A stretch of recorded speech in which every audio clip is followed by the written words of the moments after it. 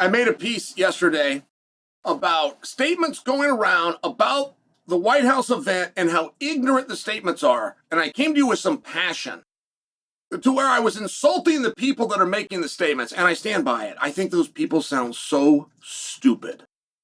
I think those people know so incredibly little about business and our business. But I must tell you, I could have egg on my face. I have no inside scoop on this. But it made some traction. You guys like a lot of interaction, a lot of comments, a lot of questions, a lot of wow, what Chael made sense. So I'm kind of rethinking about it. And the way the story goes is that we're going to have 7 world title fights. And the way the story goes, and I think what bothers me more about it, is that we are cannibalizing other events. We are holding fights and fighters back from events right now so that they can be available for the White House card. And I don't believe there's any truth to either one of those statements. And I believe that for a plethora of reasons.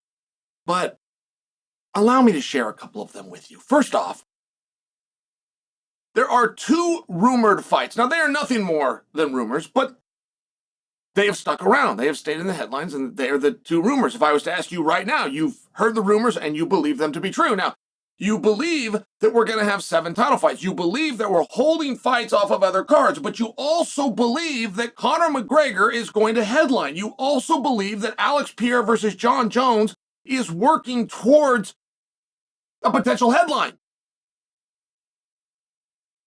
of which both have one thing in common, which is there's no belt. So these things can't all be true. And I can share with you the Conor participation is accurate. Everybody believes that's true. That is the direction that they're going in. Where will he be and will he headline? Some of these things are different conversations, but I'm just sharing with you, with what information that we do have and what rumors that we do have within the industry, they don't go together. They go directly against each other. There was an MMA card where the promoter held 3 title fights because it happened to be his 3 biggest fighters. It was a colossal disaster because all 3 title fights went the distance. So you ended up having 75 minutes of fighting between 3, and no promoter made that mistake again.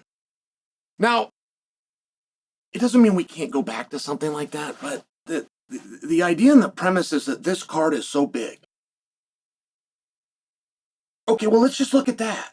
Let's just look at this is so big, and let's not go back and use ancient history. Let's just go back a couple of months. What are the biggest fights that we've seen? By the numbers, what are the biggest fights that we've seen? Mike Tyson versus Jake Paul. Yeah, whether you guys like that or not. Yeah. Jake Paul versus Anthony Joshua, just to use an example that's one of the most recent things that we've seen. And what do they have in common? There was no belt. Much like what Joe Rogan referred to as the biggest fight in humanity, and I agree with Joe Rogan, by the way, Pereira versus Jon Jones. A return of Conor McGregor, who, believe me, is still king. And so it's just one of these interesting things that where somebody could hear something and go around. And it largely dates back to the same source, by the way. And with tremendous respect. But that same source, who we'll leave unnamed, but that same source told us that this event was going to be on July 4th. It's not. That same source told us there would be no crowd there for security reasons. There's now going to be 85,000. I'm just sharing the source that you have that you're then running with ridiculously difficult to believe stories.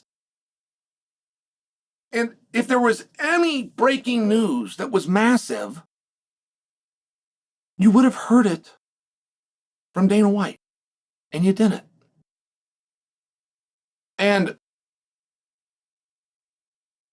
I share that for a number of reasons, just because it might help you. It might help you with the industry. I also share with you that, and I've heard you repeat a number of times, that pay-per-views are gone. I don't believe that to be true. And another reason I don't believe that to be true is you've heard that from a number of places. but you've never heard it from Dana White. And I do think pay-per-view as you know them, or it's not I think. I understand that model is changing. I understand Paramount Plus. I understand this new. I understand they're calling them numbered events. I get the whole thing. But to make believe that you're not going to have a pay-per-view, or to make believe that the White House card that's going to have 7 title fights isn't going to be on pay-per-view. I mean, there's just some things that are very, very bizarre that people in our industry would believe them or think that they are true.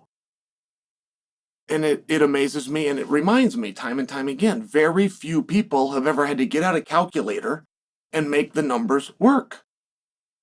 There's people in this industry, lots of them, who've been given money.